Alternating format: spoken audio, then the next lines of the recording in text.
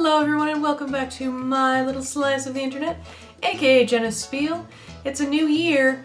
We've got a new omnibus to work through. I've got new blue hair, finally upgraded to a new shirt, and I also have 2 new co-hosts.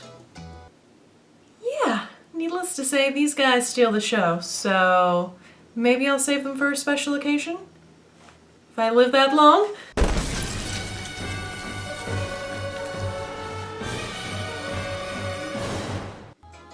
We've seen Dracula time and time again, so what's he gonna be like in the comic book world? Well, he's got a lot of belts, and if this was Rob Liefeld's creation, he'd have a lot of pouches to go along with them. Luckily, we're spared of that, and sorry Rob, you're just an easy target to pick on. Luck? What kind of caffeine-chugging, diet soda-swilling freak show comic book artist came up with that little chestnut? Probably a guy who can't draw feet!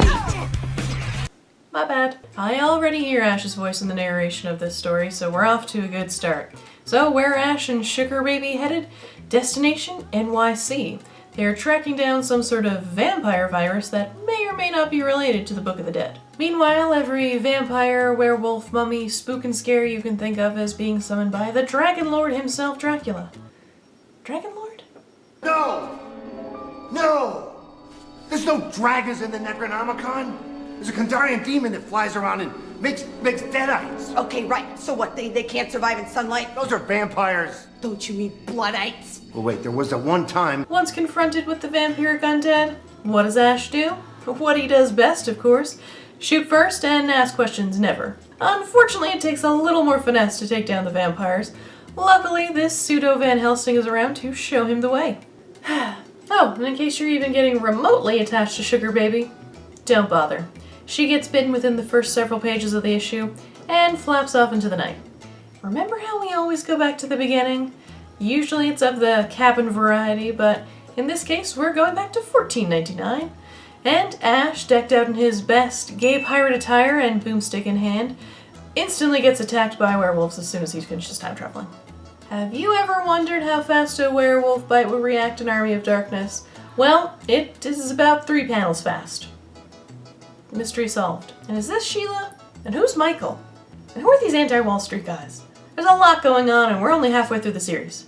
Well, things are picking up already and Ash's werewolfism is cured just about as quickly as a champ beer would last in his hand. Turns out this ain't Sheila. This is some chick named Ava who, plot twist, turns out to be Dracula's spawn. She's also the closest thing I'm gonna get to Buffy the Vampire Slayer, so I'll take it. Moving right along, as usual, it's the end of the world.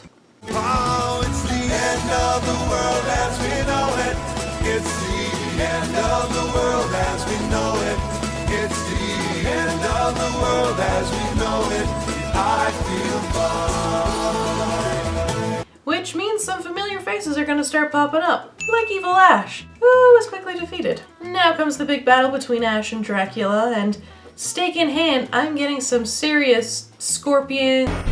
Come here! Slash Wolverine.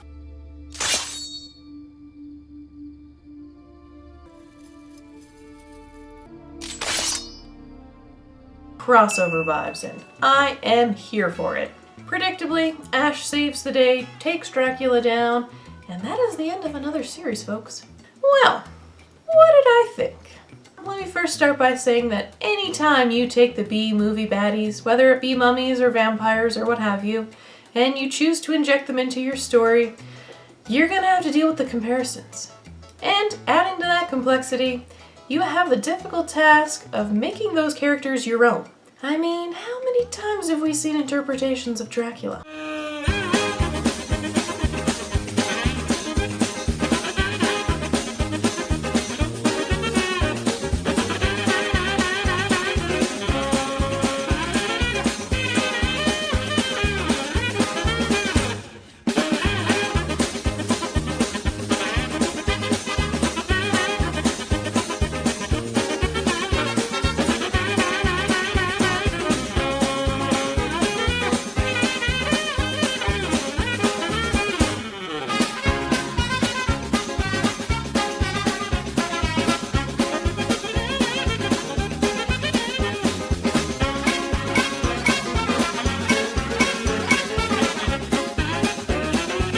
All that in mind, I think adding Ava as the child of Dracula with the splash of vampire slayerism in there was a pretty nice touch.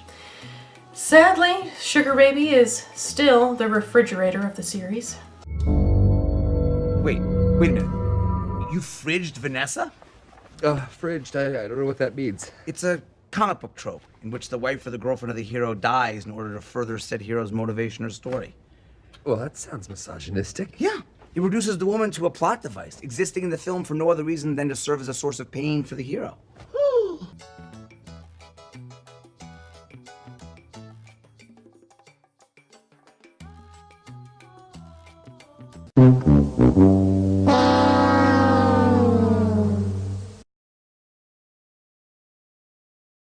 In sum, not my favorite of Ash's adventures, but also not the worst. Let me know your thoughts below. Hopefully I will see you guys next time when we check out The Death of Ash. Thanks so much for watching, guys, and I'll catch you next time.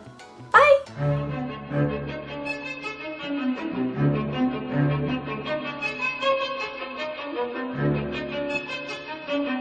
Don't forget to comment, like, and subscribe. Or else.